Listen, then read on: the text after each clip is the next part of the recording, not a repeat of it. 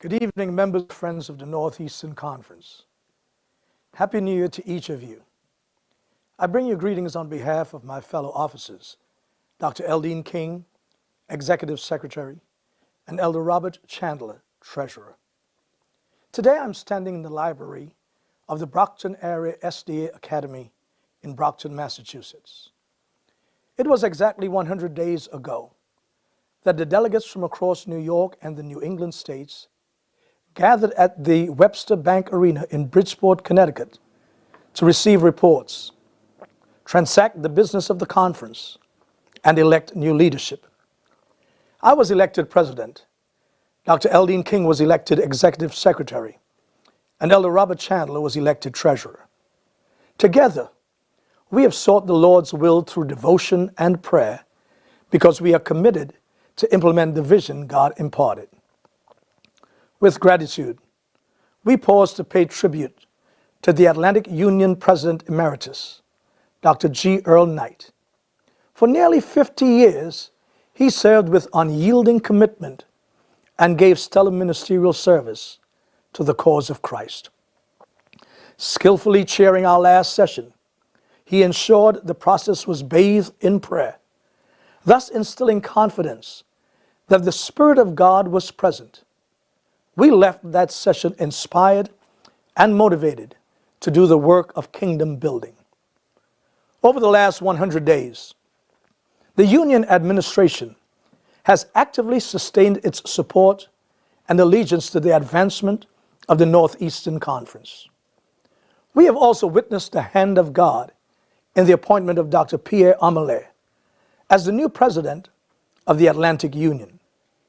Prior to serving the Atlantic Union, Dr. Amelet ministered in the Northeastern Conference for 25 years.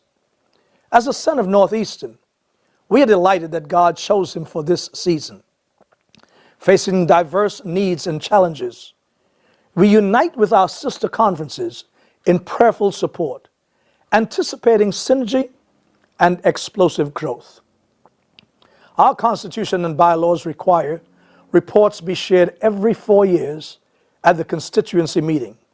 However, given the frenetic activity, vast territory, and diversity of our field, we deemed it essential to communicate the state of the conference at this 100-day juncture. In 2021, we continued to witness our world ravaged by a global pandemic. And while the numbers are still coming in, we are on track to surpass 1,000 baptisms with a total membership in excess of 61,000. Amidst the many losses of membership, of members, employment, business, and significant disruption, remarkably, we can report that our 2021 giving is the highest ever seen in the Northeastern Conference history. To God be the glory. Based upon the metrics, I am pleased to report that the state of the conference is strong. As we celebrate the provision of God in your lives, we are filled with immeasurable gratitude for your faithful stewardship and unflinching dedication to the advancement of the Gospel Commission. While the devastating pandemic closed some of our ministry campuses, we wholeheartedly thank the pastors and workers who displayed adaptability and creativity, valiantly laboring in perilous conditions to ensure the church demonstrated resilience through its ministries. Recognizing the extraordinary challenges of the times and complexities of the field, we broadened the base of ministry leaders and specialists to include several departmental assistants and associates. This paradigm shift will create greater efficiency, expand availability of resources, and increase accessibility to leaders. In that vein, we have established an Office of Legal Affairs, headed by Pastor Stafford Byers. Operating in multiple states, we have traditionally outsourced legal work at great expense. However, this office will direct the legal affairs on site, saving hundreds of thousands of dollars. Another shift was with respect to the Human Resources Department. HR previously functioned as an extension of the Secretary's office. Now, this standalone department will offer services tailored to the entire workforce, inclusive of the education system. Rosemary Campbell Brady has been chosen to lead this department. We have also re-established the position of Associate Secretary to efficiently navigate real estate transactions, retirement applications, service records, and membership records. Dr. Nikada Delahaye has been called to join the administration in this responsibility. Both Dr. Warner Richards and Pastor Vincent Goff have been called to serve as Assistant to the President and Special Assistant to the President, respectively. Additionally, to mitigate the geographical challenges, 2 ministry coordinators have been appointed to serve as liaison to historically underserved areas of our conference. These ministry coordinators will report directly to the President, and their portfolio includes fostering regional church growth strategies, planning annual convocations, creating training opportunities, and facilitating pastoral fellowship. The Western New York Ministry Coordinator is Pastor Hanson Drisdale, and the New England Ministry Coordinator is Dr. Stephen Williams. Given that women comprise the majority of our membership, we have intentionally increased the representation of women in leadership and remain committed to their integration, inclusion, and participation. I wish to highlight the tremendous contributions of some of our distinguished women in leadership. Dr. Paula Olivier as Youth and Young Adult Ministries Director. Dr. Pollyanna Barnes as Interim Education Superintendent. Dr. Donette Blake as Women's Ministries Director. Sister Rosemary Campbell Brady as Human Resources Director. Sister Stacy Gordon Daly as Adventist Book Center Manager. Sister Andrea Blair as Co-Family Life Director. Sister Vernie Charles as Co-Assistant Family Life Director. Dr. Keisha Goslin as Associate Community Services Director. Leela Rose Gordon as Associate Legal Affairs Director, and Sister Cheryl Wilson as Assistant Communications Director. We also recognize and appreciate the women who serve in pastoral roles and educational leadership throughout the field. The impact of these women is felt around the conference, and we celebrate them. As we look ahead, many churches are welcoming new pastoral leadership.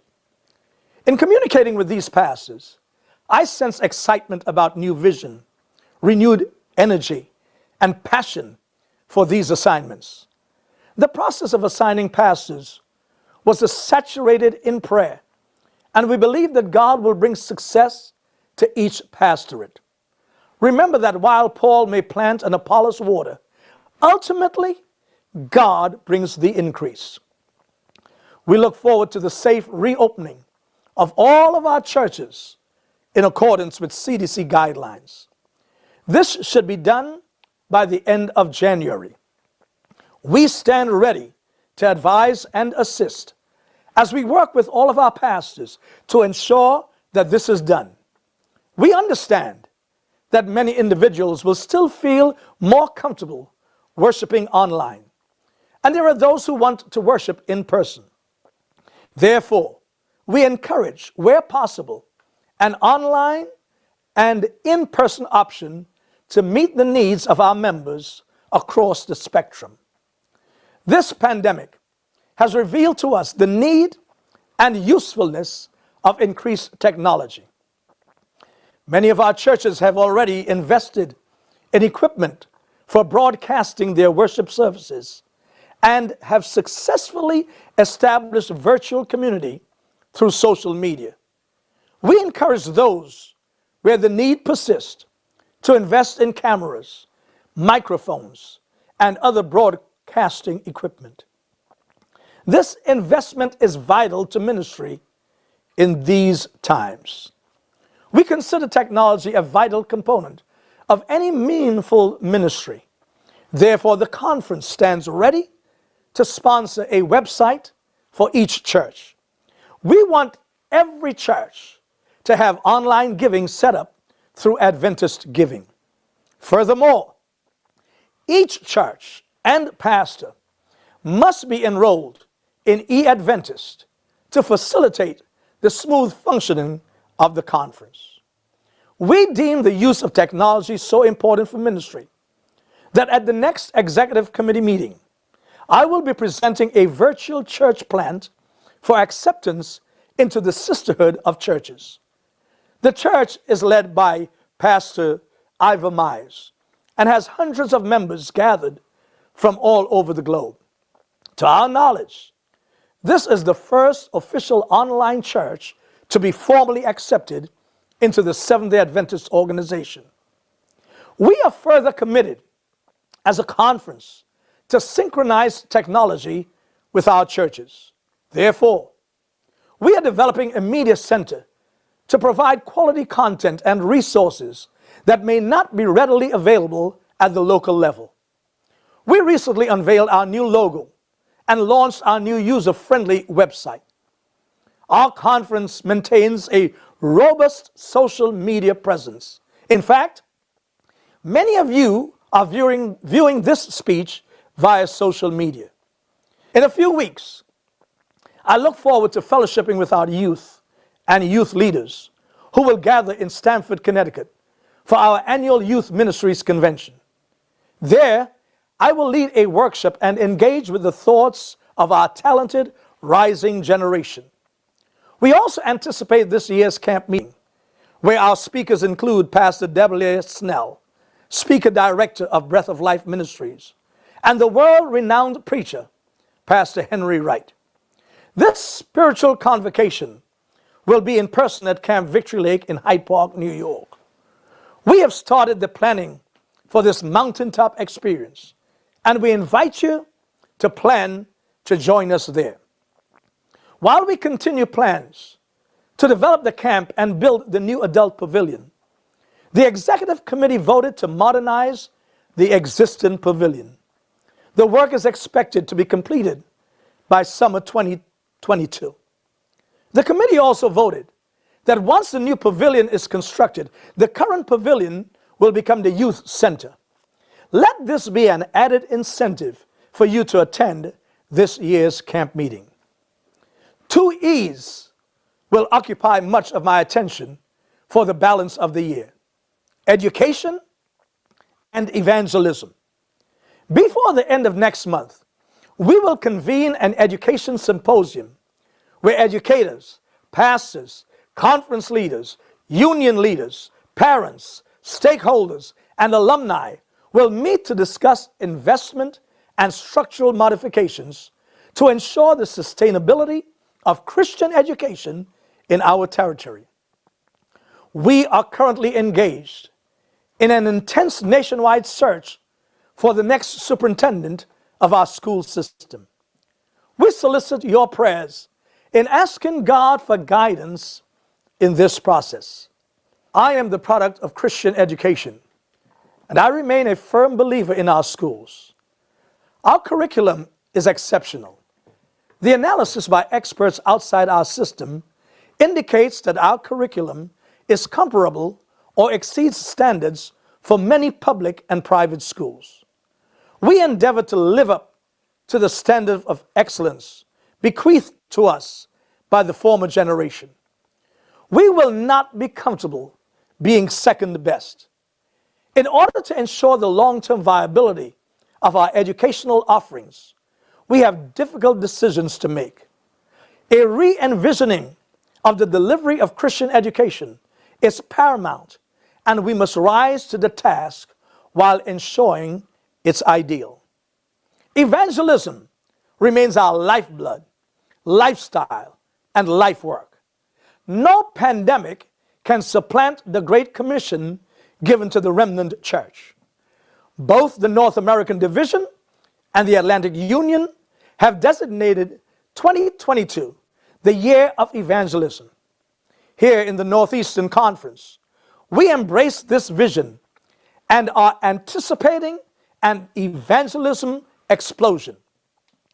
This explosion is multi-layered, starting with personal evangelism, with each one reaching one. Total membership involvement. If we implement this vision, how quickly could the gospel reach every ear in our towns and cities across this conference? The second layer is public evangelism in every local church. We call upon each pastor and church leadership team to move actively with plans for intense public evangelistic thrust. God is currently preparing many hearts to respond to our invitations. Oh, how beautiful it would be for every church in this conference to report an evangelistic campaign for 2022. The third layer calls for regional evangelistic campaigns. We envision and encourage major evangelistic projects supported by several churches, combining efforts to spread the gospel on a grand scale. The conference will give leadership to the planning and implementation of at least 13 regional public evangelistic efforts within this year. Every geographic area and language group will participate in planning and hosting at least one major evangelistic event. We cannot spare any effort in reaching the masses. Pathfinders must march. Community services must meet needs. Health ministries must teach holistic living. The gospel must be preached. Every pastor must do the work of an evangelist. Souls must be saved. The kingdom must be enlarged. I'm excited about the prospect of participating in baptisms all across this field. Not only is evangelism our lifeblood, but it must become our lifestyle. This means we live, eat, and breathe evangelism. Evangelism isn't an event. It's non-seasonal. It's for all seasons, 24 hours a day, 7 days a week, 365 days a year. We are seeking to introduce people to the God that saved us. We are a mission-driven conference. Therefore, this year's budget is mission-friendly, reflecting the priorities of Christ's mandate to his remnant church. We must be vigilant, looking for the possibility of soul winning. We take seriously the command to preach the gospel to every nation, kindred, tongue, and people. In fact, at our last executive committee meeting, we voted to adopt a Filipino congregation and a Ghanaian congregation. At our next executive committee meeting, we will adopt the virtual church and the 3 additional congregations. We anticipate the outpouring of the Holy Spirit on our efforts. However, this cannot be achieved unless we pray earnestly, consecrating ourselves. It is by this undergirding that on November the 6th, the entire workforce joined together for a consecration service with Dr. Alex Bryant, North American Division President, and other division representatives, Dr. G. Earl Knight and the Atlantic Union Conference officers, Dr. Ron Smith, President of the Southern Union Conference, Dr. Leslie Pollard, President of Oakwood University, Dr. Emil Peeler, pastor of Capitol Hill Seventh-day Adventist Church, Dr. George King, retired Vice President of Southern California Conference, Dr. Nicholas Sadmeyer, retired editor of Ministry Magazine and Associate Ministerial Secretary of the General Conference, and other invited guests. Dr. R. Clifford Jones, our keynote speaker, commissioned us to keep Christ central in both our living and our ministering. This clarion call reverberates across the conference, calling each member to consecrated living. Ellen White said, "The Holy Spirit will fall upon us as we live consecrated lives." 2021 was a year of great successes and great losses. As we close the year, the Jefferson Avenue Church in Rochester, New York, experienced a loss of their ministry campus by fire. To the Jefferson Avenue Church, your brothers and sisters across the conference continue to stand with you and to pray for you. As we reflect on the losses of 2021, the human toll was incalculable. We ended the year with empty seats at many tables throughout our conference. Last year, we lost pastors Ralph Williams, Cameron Bowen, and Willis Reed. Their passing is made even more heartrending by the memory of their marvelous work and influence to several congregations. We pay tribute and offer our sympathies as we remember the many families that experience loss throughout our conference. However, the scripture reminds us that weeping may endure for a night, but joy comes in the morning. That's the hope we have. That's the hope we preach. That's the hope of every Northeastern church. Every Northeastern church must point to the morning. Every Northeastern church must do justly. Every Northeastern church must love mercy. Every Northeastern church must walk humbly with our God. Every Northeastern church must burn with anger at injustice. Every Northeastern church must care for the least of these. Every Northeastern church must value its youth and young adults. Every Northeastern church must preach the three angels' message. Every Northeastern church must remind everyone that we are living in the judgment hour. Every Northeastern church must lift up the trumpet. Every Northeastern church must loud let it ring, because Jesus is coming again. Cheer up, ye pilgrims. Be joyful and sing. Jesus is coming again. He's coming, coming soon, I know. Coming back to this earth again. And the weary pilgrim will to glory go when the Savior comes to reign. I said he's coming. May the grace of God be with you all, and may God bless the Northeastern Conference.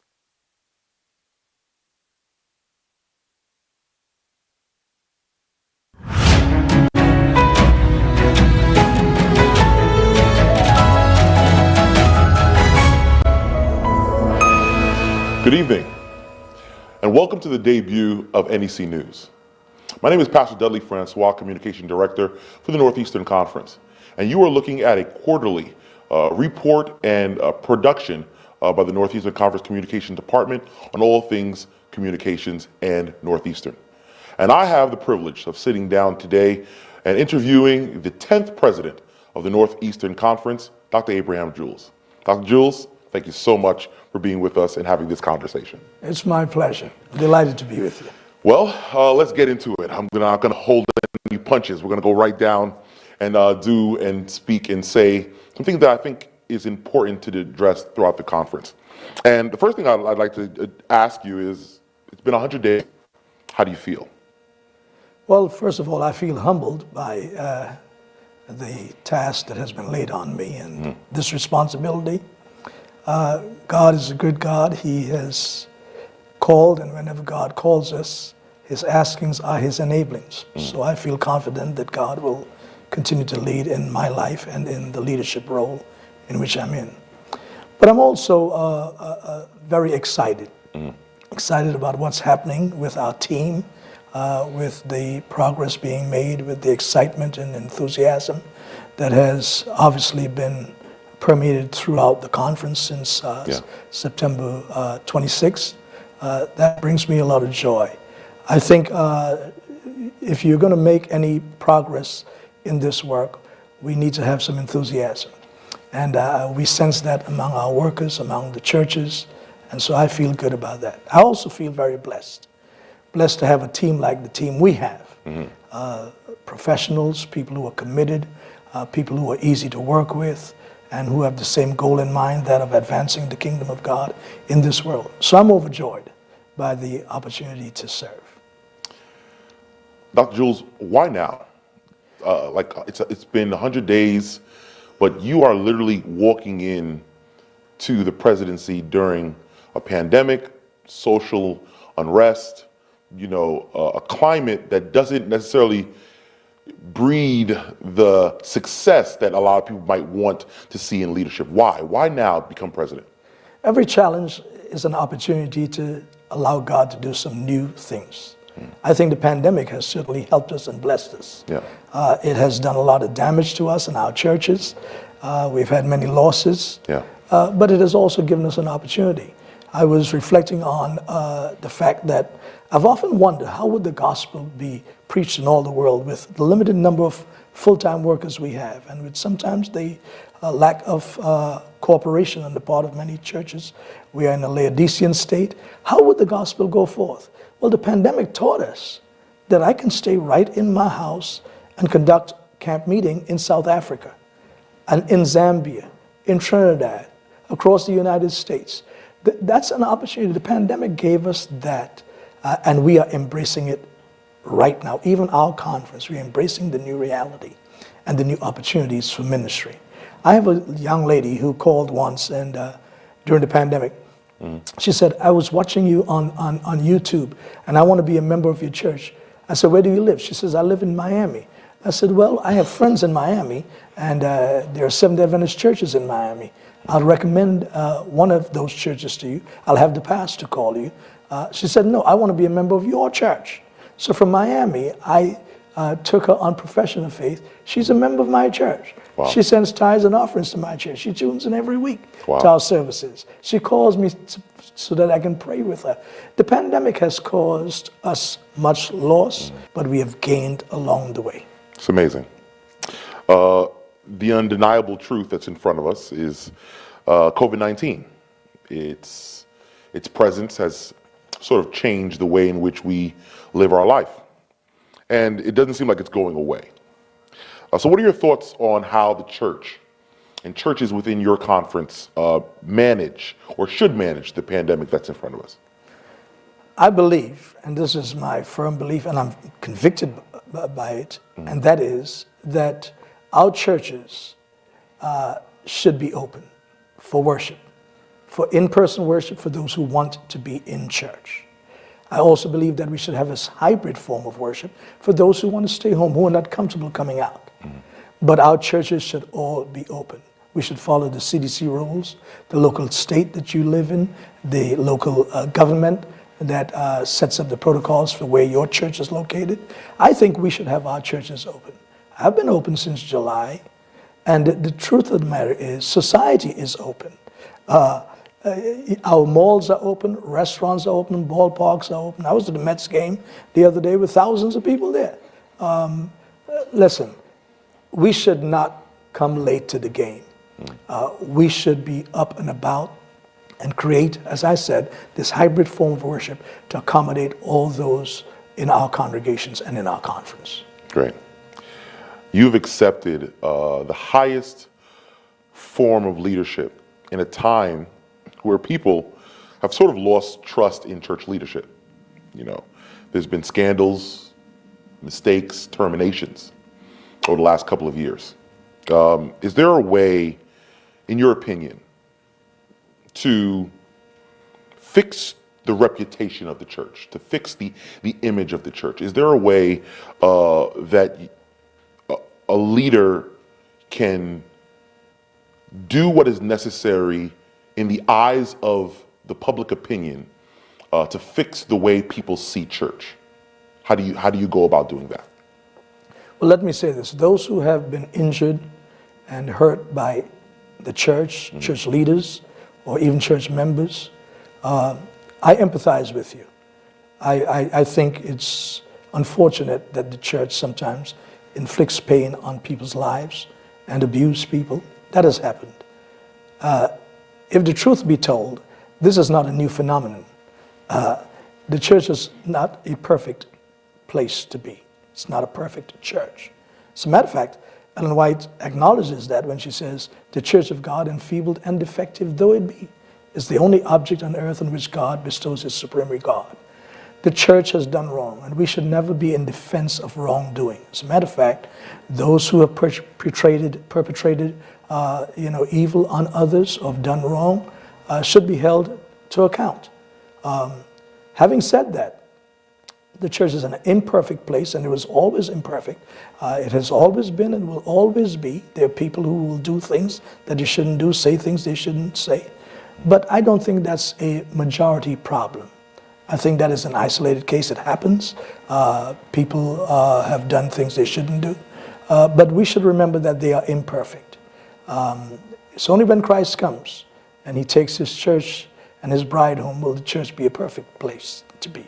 As a matter of fact, I had a man once said to me while I was doing a crusade in Brooklyn on Avenue D, he said, I'm not going to join your church because too many hypocrites are in your church. I said, well, where else do you expect to find them? It's at the church hypocrites are found. Right. We are not perfect people, but God, in his mercy, is a forgiving God, and I pray for those who have been wronged and injured and abused even by the church and even church leadership, that you'll find your way back. The church is still God's saving agency for your soul. It's through the church that you'll find life and life eternal through Jesus Christ. The church is the agency for that. And we need to recognize it's imperfect, but it's still God's way of saving the world.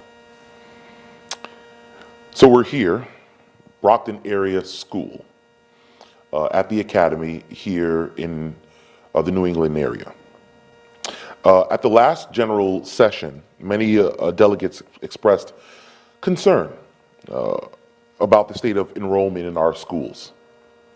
And so, in your opinion, what are the incentives of sending our children to Christian education, to Adventist schools in this particular time? Why do you believe enrollment is down? What can we do to change it?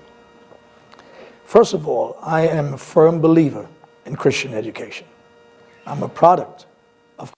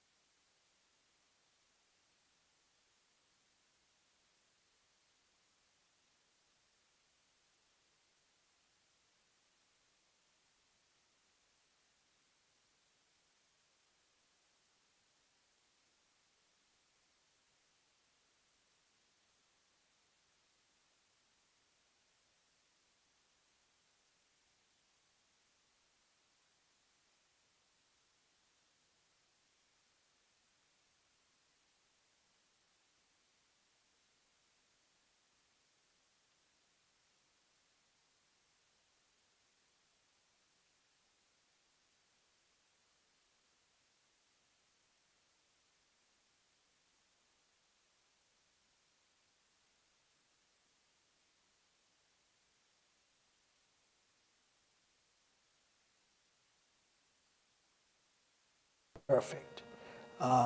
It's only when Christ comes and he takes his church and his bride home will the church be a perfect place to be. As a matter of fact, I had a man once said to me while I was doing a crusade in Brooklyn on Avenue D, he said, I'm not going to join your church because too many hypocrites are in your church. I said, well, where else do you expect to find them? It's at the church hypocrites are found. Right. We are not perfect people, but God, in his mercy, is a forgiving God, and I pray for those who have been wronged and injured and abused even by the church and even church leadership, that you'll find your way back. The church is still God's saving agency for your soul. It's through the church that you'll find life and life eternal through Jesus Christ. The church is the agency for that. And we need to recognize it's imperfect, but it's still God's way of saving the world. So we're here, Brockton Area School, at the Academy here in the New England area. At the last general session, many delegates expressed concern about the state of enrollment in our schools.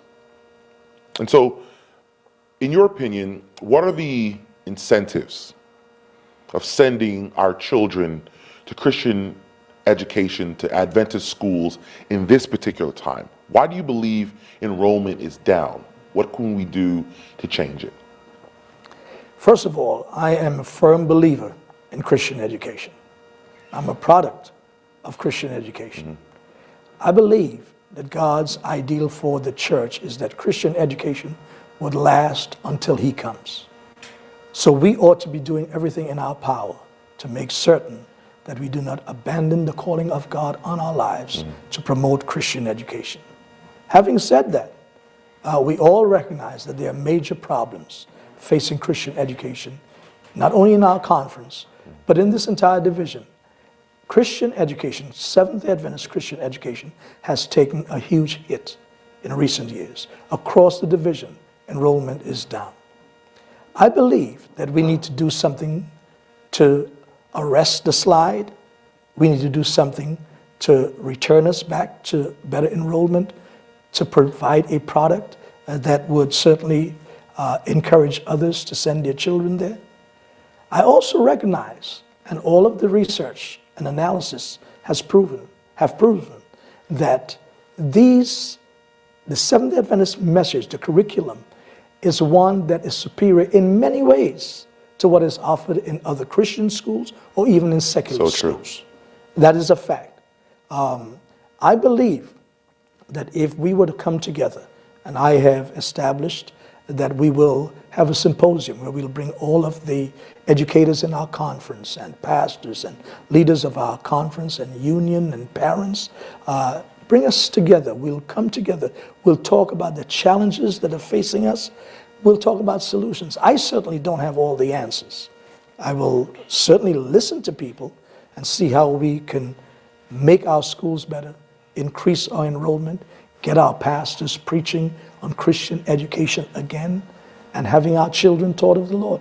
There's a big difference, a huge difference between education and Christian education, Seventh-day Adventist Christian education, and that is the Seventh-day Adventist mission through our schools and our education system is to not only teach people for this life and prepare them for this life, but for the life to come. I've told my wife this, and I said, I would prefer my children fail in school and be saved in God's kingdom than become great in this world and go to hell. It's powerful. I think about the challenge not only in Christian education, but also amongst ministers. I myself am a young minister. I think about the state of pastors in this generation. Pastors are leaving ministry at an alarming rate. The days where ministers are working and serving churches in the field for 30, 40 years, those days seem like they're coming to an end. What do you say about that? What do you say towards that? How do you encourage a pastor still thinking about whether they want to stay in ministry? How do you, as a leader of pastors, quell the notion that ministry is not for them? Pastor Francois, I would submit to you that pastors have always left ministry for one reason or the other. I'm not sure if it's at an alarming rate at this point in time. Even in our conference, I haven't seen that great exodus. What I would say is that pastors have left ministry. Sometimes they're discouraged. Sometimes they want to do something else, another form of ministry, or just expand their horizon through education. Whatever it is, pastors have always left. I don't see it in our field or even in our division where they're leaving at an alarming rate. Now, I would say the opportunities for varied ministries are much more available to our younger pastors now than in prior years. Many are doing chaplaincy. Many are in the hospital chaplaincies or in the service. They're doing that, or they go back to teaching. But that is made available to them, and it's their right to do that. I would encourage our pastors to really investigate your call to ministry. And we need to reaffirm that very often. I wake up every morning, and I've woken up every morning for 38 years and pinched myself that I'm a gospel preacher. I think it's the highest calling that God can place on any man or woman's life, the call to gospel ministry. I had a teacher, an old prophet down at Oakwood when I was a student 40-something years ago at Oakwood, our pastor, C.E. Mosley. Pastor Mosley said to us one day, listen, if you're called to ministry and you can do anything else and be happy, please leave ministry. Please be gone. And in many ways, if I can do something else, I can't do anything else in this world. I can't use a hammer well. I can't sing. You can't sing? No, can't sing at all. No, I can't do anything else. I can't change a tie. I've never changed a tie in my life. But I can do some other things that I'm passionate about when it comes to gospel ministry, serving people, pastoring, preaching, ministering. I'm passionate about that. And if ever you lose the passion for it and you can do something else, you should leave. Wow. As I think about our pastors in ministry, I think about women in ministry. In your State of the Conference address, you have mentioned many women in leadership in the Northeastern Conference. It's sort of unprecedented, the amount of female leaders that are working and serving in our church, in our field here in the Northeast area of the United States. Why? I mean, what was on your mind during the time when you were putting your team together? Why was it such an important factor for you to have so many women highlighted in this particular term? I would say it was both intentional and accidental. What I mean by that is this. When our leadership team came together, the small team, to select these individuals who would become a part of the larger team, we thought about only people who were qualified, the best qualified people. It so happened that many women were the best qualified, and we got them. We also wanted to be inclusive, and so some women were considered, but it was not based upon gender. It was based upon qualification and what we saw in those individuals in terms of their ability to contribute to the growth and development of our conference. That's amazing. I would be remiss if I did not ask you a question on behalf of our young people. You have called me to not only work in communications, but also in youth and young adult ministries here at Northeastern. And our young people right now are in a place where they identify with Jesus, but not necessarily with the organization, for whatever reason.